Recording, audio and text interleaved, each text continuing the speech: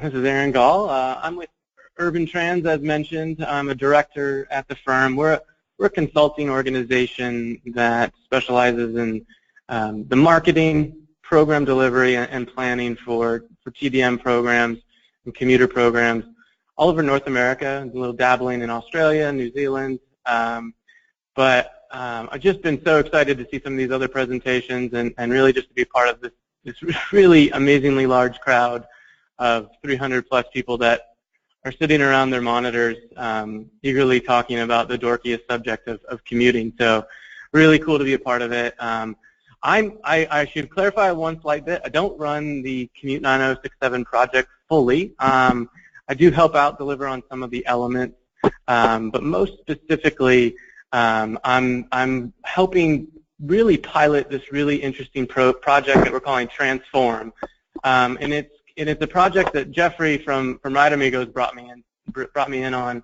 and it's really one of those lace up your bootstraps. Let's do a proof of concept of what the future of this industry needs to do, and a little bit of that is obviously some pro bono, hard blood, sweat, tears, and having an amazing client that is fully invested in pushing the envelope, i.e. Commute 9067. And they are historically an important figure.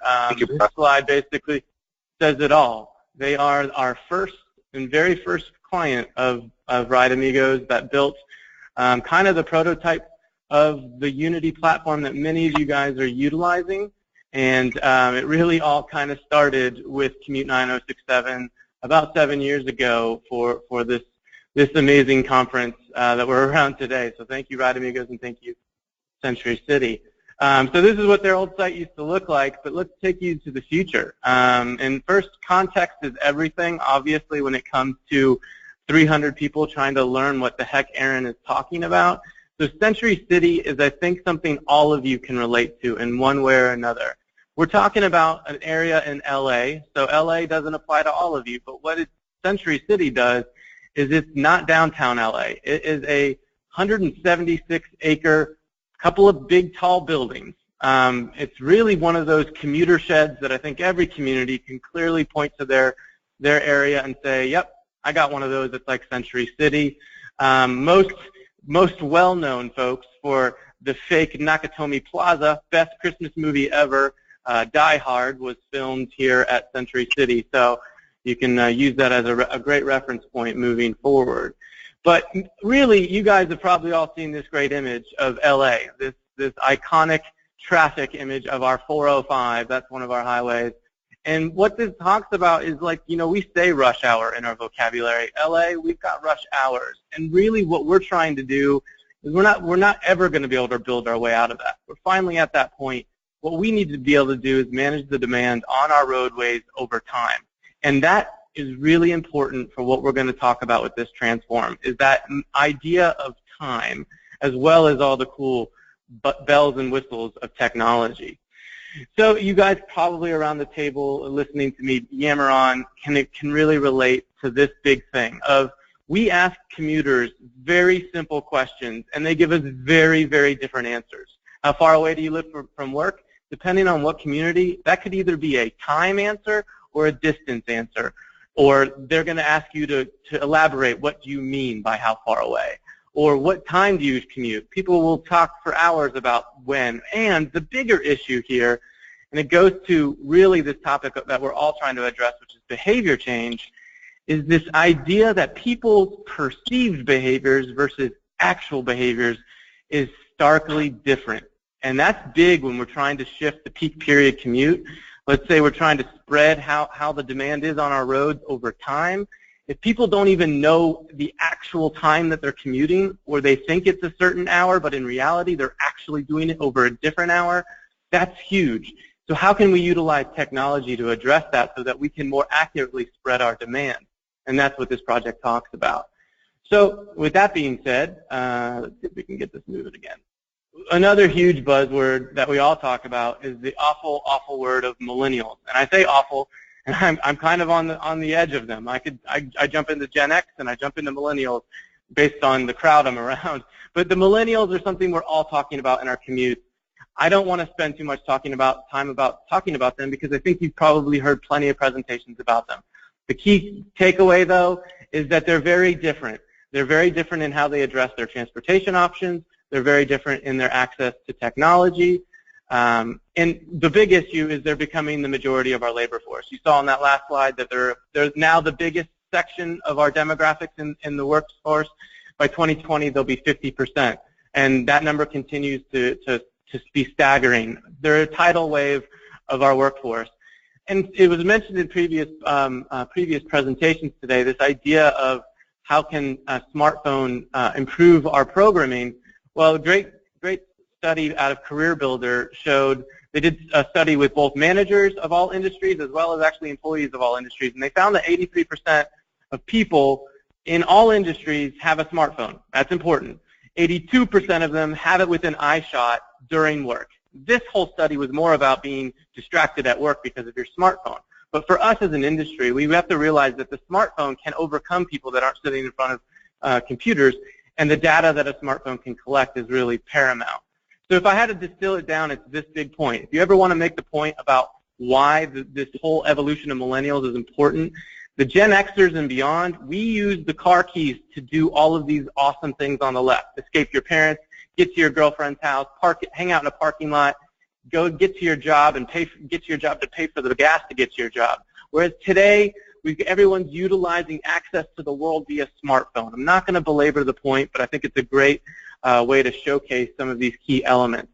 Now, moving back into the actual nitty-gritty of this awesome pilot, it's a bunch of great stakeholders that got together and are doing innovative stuff. You got RideAmigos, you know them. Metro is the big transit agency here in LA, but we brought in their office of extraordinary innovation. And I like to say that slowly because I think we're going to start to see a lot of transit agencies have departments that talk about themselves like that because of this need. How Susan started this whole day is this new trend towards innovation, and our transit agencies are on board. Scoop we're going to talk about here in a second after me, so I won't belabor that point. I'm going to let David Weissman talk about Scoop and what they're doing in a second. And then Lyft, we all know Lyft, the ride-sharing organization. So again, I'm just going to skim right past Scoop, but we are at Century City. We are discounting every ride on Scoop that you're going to hear about after me, $2 a ride, so that we're going to be the first to launch them in the LA region, and we've been doing that over the last couple of months. So hold on to that, and when you hear about David in a second. Now, let's talk about Lyft and Metro. So everyone knows Lyft is a ride-hailing service where you can get to the airport perhaps with a really great little button on your phone. But what's really interesting is their entrance into the commuter market and how that applies for Lyft line. Coupling that with Metro and that Office of Extraordinary Innovation, well, Century City, let's take us back to that Nakatomi Towers. Basically, where that is located is really important with Metro because Metro just launched a major rail line extension. It's called the Blue Line that takes you to the sea. It's basically light rail from downtown all the way to Santa Monica, so you could hop on your surfboard. We actually literally have surfboard rules for our light rail on where you store them. So it's really important that this really crazy graph, all it tells you is when they launched that extension, ridership more than doubled or increased by 50%. So people are using it, and it's actually become a problem that there's not enough trains.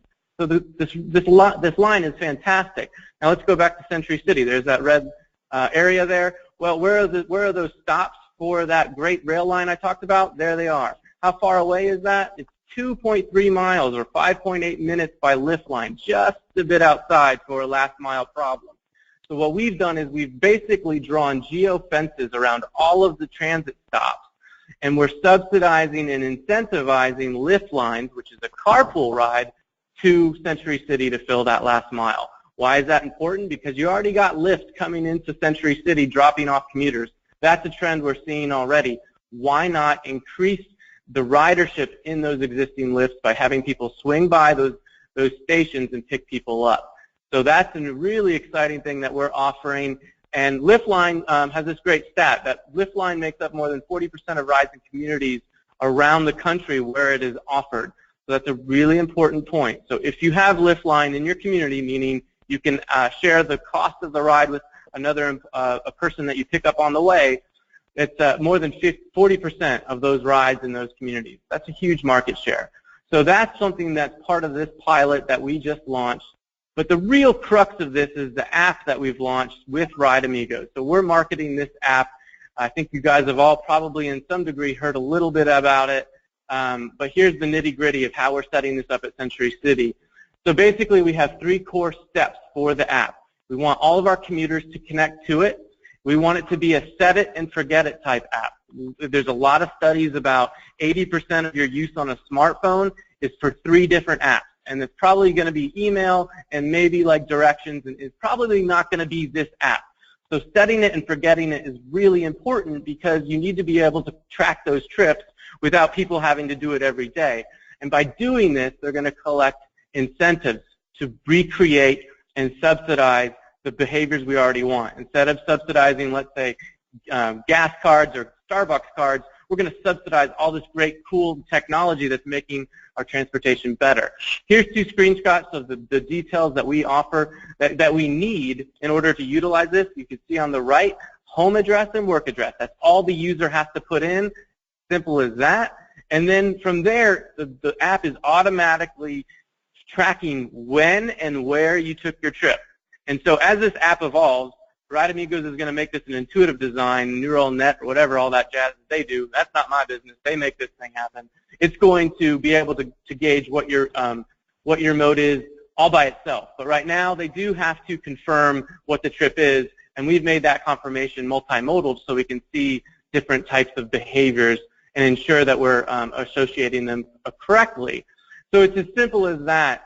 And how do we get people to really do this? Well, we're going to subsidize, like I said, some of these awesome new behaviors. So if you took 10 trips non-SOV, you're going to get a $5 scoop credit, or you can get a $10 Lyft line credit, or you can get a free Metro Tap card, which is our universal tap payment system on a 20-plus bus fares with a single round-trip Metro fare on it, and a $10 Lyft line credit as well. So we can really, really get people to do these behaviors that we want to, and they're giving us the data that we want on top of it. On top of all of that, we're going to do a bit of a draw. We're going to do a $100 scoop draw and a $100 Lyft line draw via lottery system. So everyone gets a chance to win. So we're not really just making it for the super user. We're making it for every user that's doing this so we can spread out that demand, as well as an existing incentive that was already tied to cash with Commute 9067. So $200 in gift cards given out every month. So it's a phased approach. Really, we want to launch the new. We spent the majority of the winter launching the new Surface Scoop, which you're going to hear about again. Another plug for the awesome guys at Scoop. And then we've done the soft launch with the RideAmigos app with our existing users, as well as promoting it to a lot of folks at Century City. We've got about 100 people doing the RideAmigos app right now. And we expect that to snowball / avalanche. Apologize for those awful Canadian snow winter figures. But we're really expecting it to go crazy because we're about to launch phase 2, which we're really going to push the Commute Tracker app and that Lyft and Metro pilot. And so then we're basically, like all good pilots, we're going to pivot. We don't know all the answers. This has not been done. And we're going to basically be pivot, making changes. And later this spring, we're going to make some changes there. So that's the phases of it. What did we do in the phase 1 marketing strategy? Simple stuff you guys probably already do. There's no silver bullets here. It's just a really, really targeted approach. Completely refreshed the website, social media, and marketing materials. Completely fresh-faced it. We got buy-in with every single property manager. This was a huge thing where we connected all of them at one moment to get them inspired about this. And so that inspiration is something we've invested a lot of time and talent in. If we can't inspire these key stakeholders, they're not going to deliver your message, and they're the authority figures that make this trickle down actually happen. They don't care about Aaron, even though I think I'm fun, exciting, la la la. No, I'm not. But anyways, they want to actually deliver that element because they're the authority figures. We know that that's way more effective. So we did the property managers. We did property managers to the tenants, the employers to the employees. We held tons of commuter events to directly launch with the employees themselves, and a lot of thanks to Scoop because they put a lot of blood, sweat, and tears into those outreach events with us. And then we basically did targeted emails to those existing users. That's phase 1. So much more to come. This is a huge just teaser, I guess you would say, of a presentation. But a big key takeaway: life is never static. In any of your projects you ever undertake, always keep digging to see what's happening. Once we've launched this pilot, Since then, this February, a big transit agency, Big Blue Bus, that serves one of those major transit stops on the Expo line, is increasing frequency and extending frequency to and from that transit stop. So it makes that Lyft line idea less of the big message. We probably will be putting a lot more marketing into this, but that Lyft line will actually be a really supportive element. So if that train doesn't arrive to match up with that bus route that's connecting them directly into Century City, bam, they've got a backup with the Lyft line already in their pocket. You know, you think you could just turn on technology, walk away, and we're all going to be out of jobs. The reality, guys, is if this makes you feel better, we need a lot of humans to make tech work. You still got to do a lot of the great tricks we've always done in our industry. We just got to realize how to harness the technology correctly and how to ensure the data is doing, how we're using the data that we're getting from technology to improve our program. But humans are not going to be replaced by this. We just need to evolve on how we're understanding how technology is really making our lives different. And so this is a gift that's, I don't know if it's showing up on the changing here for you guys in front of you, but this is kind of the piece de resistance of what's happening here. I don't see it moving on my screen. It might just be the connection I have. But what you'll see with this GIF once you see it on your own desktop after you get these slides is the lighting up of these routes to Century City over time and over the different transit routes. So this is the data that we're pulling from our initial pilot. And the lighting up is showing the frequency and the number of commuters over time. And it brings me back to that big first point I said, which is if we can prove to everybody, developers, DOTs, et cetera, that we are literally spreading the commute with these people over time, we can change the game of TDM more so than ever. We can't just rely on what people think they did and say they did, but if we know that where that phone is, where it's traveling, when it's traveling, we can make such bigger decisions, better decisions, and we can prove our merit way better. So with that, I leave you with my email. I'm happy to talk shop on this stuff. I just saw Jeffrey's beautiful face pop up. That's probably my moment to hush. But with that, excited to be a part of the kind of this kind of evolution that RideAmigos is pushing in our industry. This is like a lot of blood, sweat, and tears, and I'm just excited to have been brought into it. So thanks, Jeffrey, for that.